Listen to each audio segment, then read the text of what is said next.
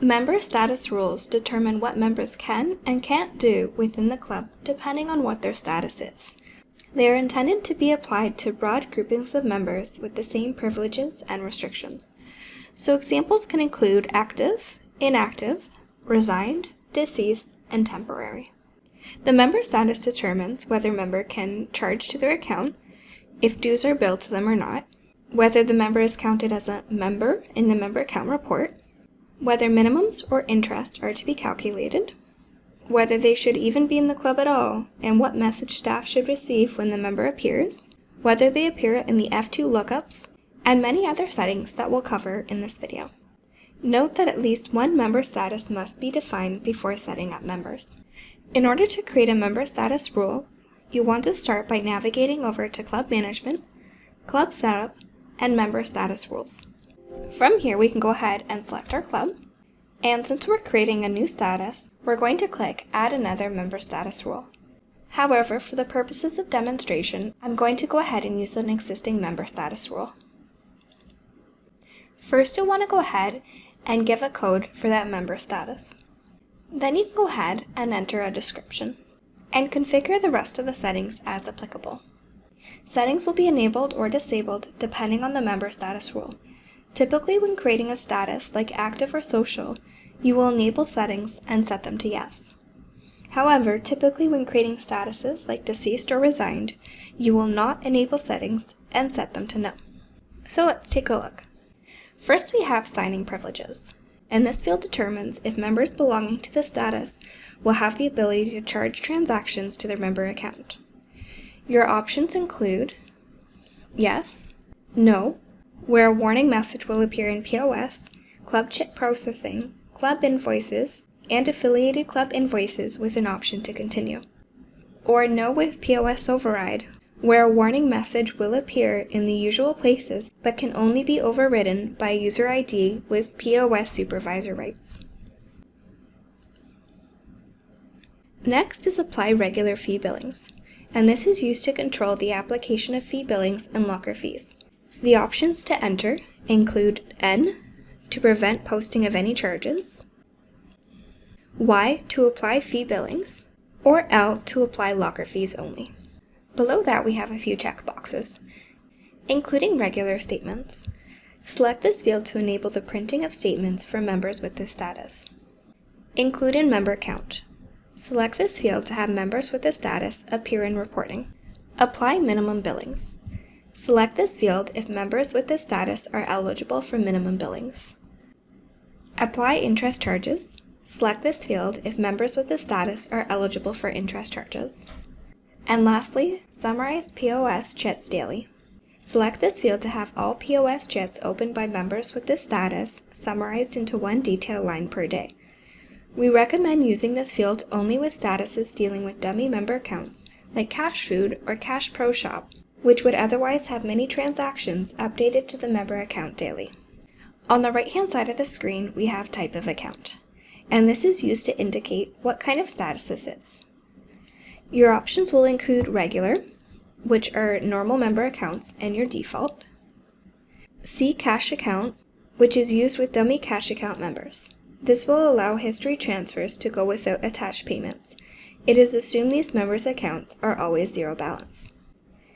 G group member. This is used to indicate dummy members belonging to a group, club, or team that will trigger the entry of number and group in club front desk. And lastly, T guest. This is used by our Clubhouse Online email marketing system to distinguish between members and guest database members. Below that, you have club usage, and you can use this field to control access to the club by members of the status. Your options include yes, no. In POS, you will not be allowed to post to such members. In club chip processing, record invoices, and missed charges, a warning with an override option appears. In tea times, you will not be allowed to make a reservation. Or no with POS override. A warning message will appear in the usual places but can only be overridden by user ID with POS supervisor rights. Restrict from club front desk. Select this field to prevent all members with this status from entering any activity room in the Club Front Desk system. Note that a warning will appear in Club Front Desk card swipe system indicating the restriction and will require a staff member's user ID and password to clear the message.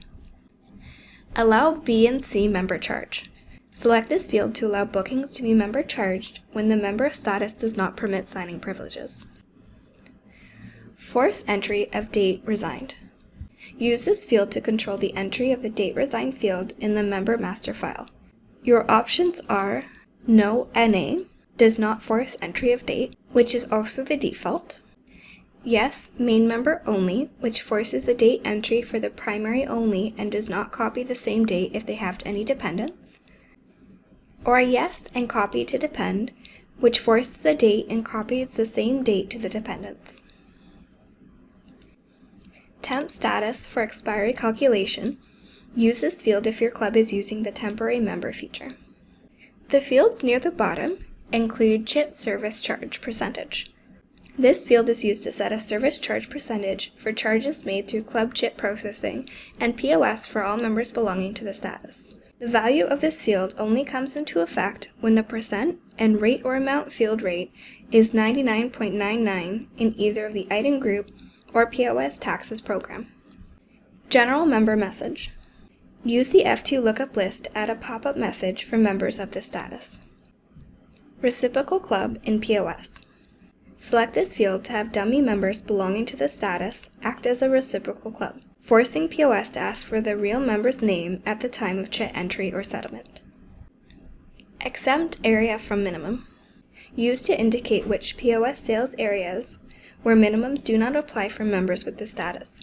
If there is more than one area, enter each area's number separated by a comma. POS price. For POS sales items linked to club inventory SKUs, use this field to determine what SKU price should be used for all members with this status. Your choices are use member price, use retail price, or use cost price.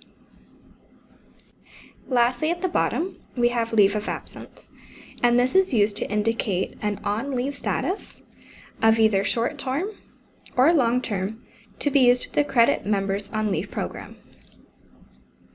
And the custom field with rate, which is enabled by the leave of absence field. Enter the custom member info field number to get the daily credit amount for members on leave with this status. The credit members on leave program will take the number of days on leave and the daily credit rate to calculate the amount of credit that is to be applied to a member. The last thing we want to take a look at is lookup restrictions located in the right-hand navigation. This feature allows you to hide members with this status from specific F2 lookup lists. Just make sure that once you've made any changes or created your new member status rule, go ahead and click OK. I just want to quickly point out the settings you see on screen here for an active member status rule. If I close out, let's quickly take a look at a resign status. And you'll notice that a lot of the settings are not checked and the other settings are set to no, just to give you an idea of what the difference might look like between an active style status and a resign style status.